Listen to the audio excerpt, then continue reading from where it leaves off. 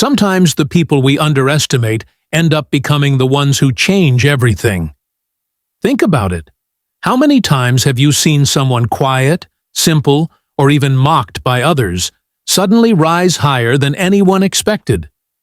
Life has a way of surprising us, and this story is one of those surprises. In the ancient land of Darvahan lived a young king named Kaif. He had a kind heart, but his understanding of people was weak. His advisors looked wise, spoke big words, and wore expensive clothes, but none of them truly cared about the kingdom. They only cared about their power, their titles, and their salaries.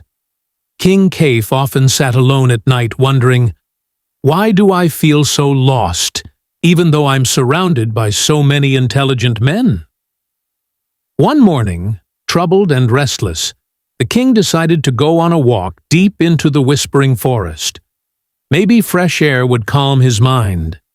As he journeyed through the tall trees with his soldiers, he saw a strange sight. Under an old oak tree sat a barefoot man with wild hair, talking to the birds as if they understood him. He looked unusual, not dangerous, not poor, just different.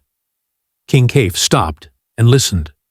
The man said, "One day this forest will shine brighter than any palace."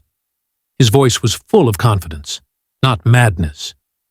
Curious, the king asked gently, "My friend, why speak to birds? Are you lost in your own world?" The man looked up and said calmly, "Lost? No, I see what others cannot. You call me odd, but the truth is, your people are blind." The king was stunned. No one dared speak to him like that. Yet there was wisdom hidden in the man's words. Before Kaif could ask more, the courtiers whispered among themselves, "If the king takes this wild man seriously, we will lose our positions," one said. Another whispered, "We must convince the king he is harmless, so he takes him along. That way, we can watch him closely." They bowed to the king and pretended to support him. "Your Majesty, perhaps he has some hidden talent. Bring him to the palace. If he is mad, we will release him later."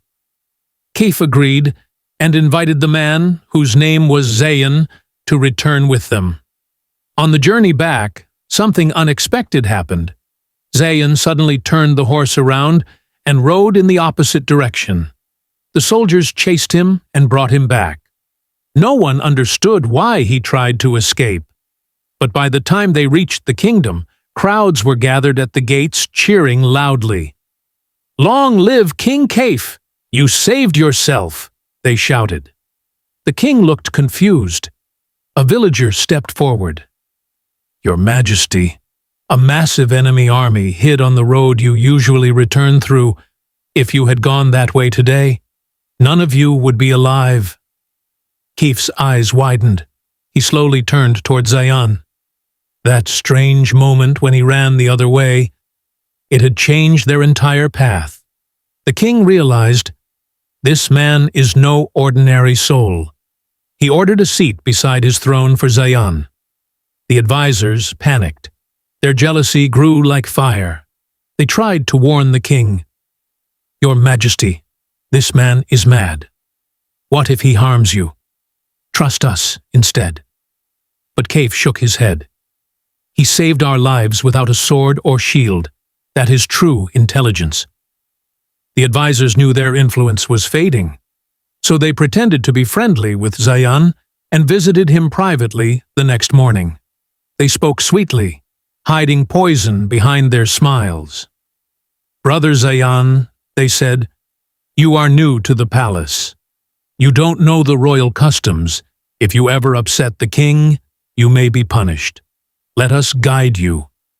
Zayyan, simple-hearted and trusting, believed them. One advisor leaned closer and whispered, "In our court, when the king sits on the throne, he expects someone to tap him strongly on the shoulder to begin the session. Only the bravest man does it." Zayyan nodded innocently. "I can do that." The next morning, When King Kaif sat on the throne, Zayyan stepped forward and tapped him, not gently, but so strongly that the crown fell from the king's head. Gasps echoed across the court. But before anyone reacted, a deadly black scorpion crawled out from beneath the fallen crown. If it had touched the king's head, it would have killed him instantly. Kaif froze. Then slowly, he looked at Zayyan with tears in his eyes and said, "You saved me again." The advisors were speechless. The king honored Zayyan, giving him gifts, a place in the palace, and the title of royal guardian. This made the advisors even more furious. They plotted again, telling Zayyan another fake tradition. "Tomorrow, when the king sits on the throne, pull it slightly. It will show your strength, and he will reward you." Zayyan agreed without suspicion. The next day, when the king sat, Zayyan pulled the chair, but as he did, one of the throne's legs snapped and fell off. Had the king leaned back, he would have crashed and been severely hurt. Once again, Zayyan unknowingly prevented disaster. King Kaif embraced him. "Your presence is a blessing," he said. At this point, the whole kingdom loved Zayyan. The advisors, beaten again and again by their own evil, felt defeated. An old wise scholar approached them and said, "When God chooses to honor someone, even your conspiracies become stepping stones for them. And when he chooses to humble someone, no throne can save them. Stop fighting destiny." In time, Zayyan lived peacefully. King Kaif ruled wisely under his sincere guidance, and the advisors finally accepted their fate. The kingdom became prosperous, not because of intelligence alone, but because sincerity, purity, and divine favor led it. So remember this: never underestimate anyone. God raises whom he wills and tests whom he wills. Jealousy only burns the one who carries it. If you stay sincere, honest, and truthful, the world may plot against you, but destiny will work in your favor. If this story touched your heart, don't forget to like, share, and subscribe to Soul Forge Stories for more meaningful tales that awaken wisdom and strengthen faith. Your support keeps these stories alive.